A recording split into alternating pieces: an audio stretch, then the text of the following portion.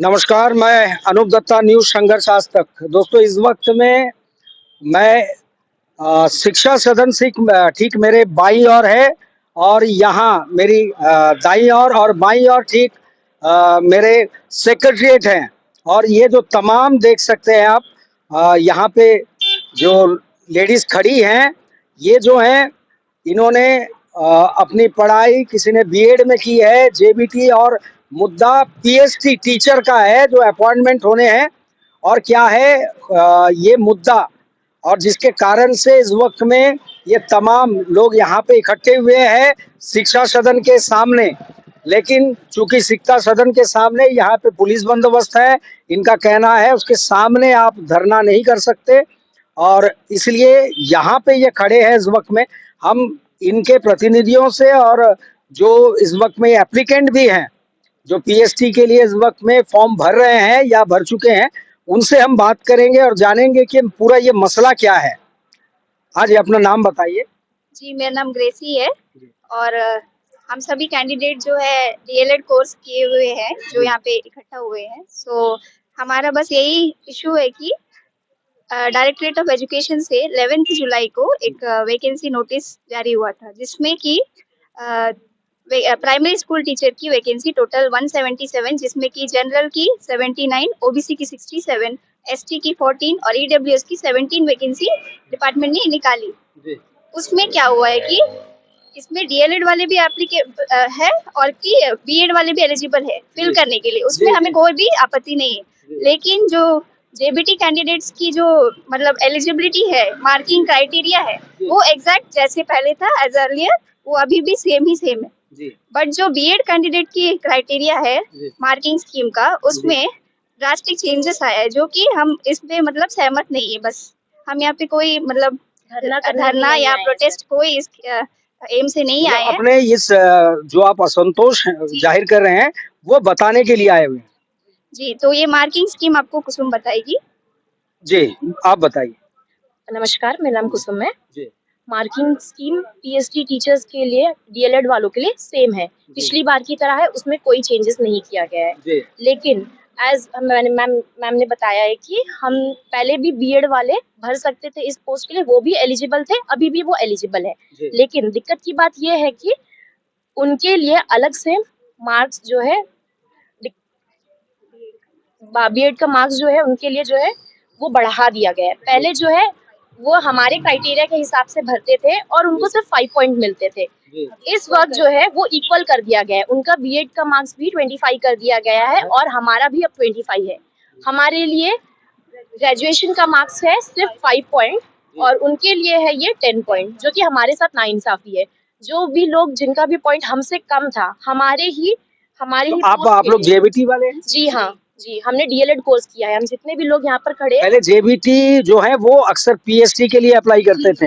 हाँ जी, अभी भी सर, अभी भी करते हैं। तो आप इस वक्त में उनके लिए भी खोल दिया गया, बीएड भी कर रहे हैं इसमें, लेकिन आप लोगों के साथ में ये नाइंसाफी हो रही है। जी, मार्किंग स्कीम उनके लिए अलग कर दी गई, उनके लिए बढ़ा दी गई है। एक स्कीम के लिए 2 पोस्ट, 2 क्राइटेरिया रखा गया। हमारा मोटो भी सर सिर्फ यही है कि 1 marking for 1 post, 1 post 1 marking scheme, यही है हमारा। सबके लिए इक्वल किया जाए। जी, उनके लिए बढ़ाने की आवश्यकता क्यों पड़ी? जी, ये बात है। जी सर, बताइए। हाँ जी सर, जैसे कि पीजीटी के लिए एक ही मार्किंग स्कीम फॉलो हो रहा है, सालों से वही हो रहा है, उसमें कोई इशू नहीं है। जीटीटी के लिए एक ही मार्किंग स्कीम है, पर पीएचडी के लिए क्यों ऐसे डबल मार्किंग स्कीम? वो भी जो कैंडिडेट उस कोर्स को किया है उससे ज्यादा मार्किंग, जैसे हमारा ग्रेजुएशन का सिर्फ 5 मार्क्स है और हाँ बीएड का ज्यादा दे रहे हैं। बीएड का ग्रेजुएशन 10 मार्क्स दे दिया गया है, जिससे कि बहुत वो आपसे एक कदम आगे रहेंगे, है ना? कोर्स हमारा है तो हमें 1 मार्किंग स्कीम ही फॉलो करना चाहिए, वही हमारा। जी हाँ, बोलिए। पीएचडी के लिए डीएलएड कंपलसरी है, बीएड डिजायरेबल है, अगर है तो है, नहीं है तो नहीं है।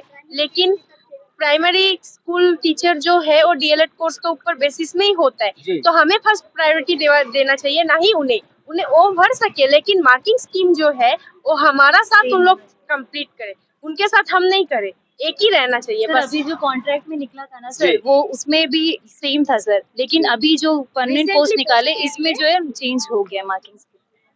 जी, और कोई कुछ कहना चाहेंगे? ये मसला जो है जेबीटी अक्सर हमने सुना है, पीएसटी जो होता है प्राइमरी स्कूल टीचर, इसके लिए जो है जेबीटी वाले जो है ये भरा करते थे और कहा भी जाता था कि पीएसटी टीचर बनना हो तो आप जेबीटी कोर्स कर लो। परंतु इस वक्त इनका कहना है कि बीएड वालों को भी इसमें शामिल कर लिया गया है, लेकिन मार्किंग जो है इनके वो वैल्यूएशन को समान रूप से नहीं रखा गया है और जिन्होंने बीएड कर रखा है उनकी मार्किंग उन्होंने बढ़ा दी है और इनका जो है वो समान रूप से रखा है। आप इसमें कुछ कहना चाहेंगी? इन लोग जो बोले मैं उनके साथ सहमत हूँ। आपको क्या लगता है, ये सही है या गलत हुआ? गलत हुआ है। गलत हुआ है जेबीटी वालों के साथ। जी सर।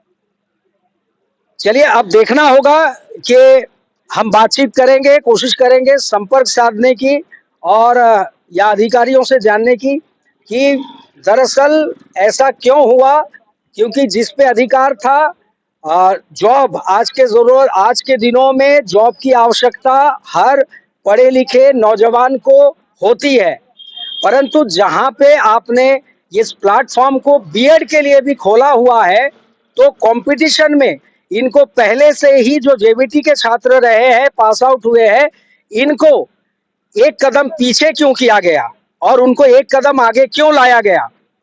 ये कह रहे हैं कि मार्किंग समान होना चाहिए और यहाँ लड़ाई भारतवर्ष में सेंट्रल गवर्नमेंट में यही हो रही है कि सबके लिए समान अधिकार, समान कानून।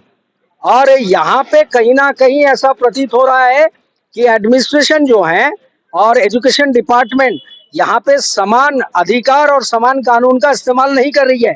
ये इनका कहना साफ तौर पे यही है, इसीलिए इनका ये गुस्सा है, ये इनके साथ नाइंसाफी हो रही है कि जो मार्किंग दिया गया है, जो सिस्टम वो पहले की तरह रखा जाए, बीएड भी इसमें कॉम्पीट करे और समान रूप से इनको अंक दिया जाए, ना कि बीएड को एक कदम जेबीटी से आगे रखा जाए और कहीं ना कहीं इंटरव्यू या रिटेन हो, ये मार्किंग में बीएड के जो यहाँ कंपटीशन में आएंगे इनके साथ जेबीटी के, वो 5 पॉइंट आगे रहेंगे उनसे और इनके कारण से इनके अधिकार में हस्तक्षेप हो सकता है।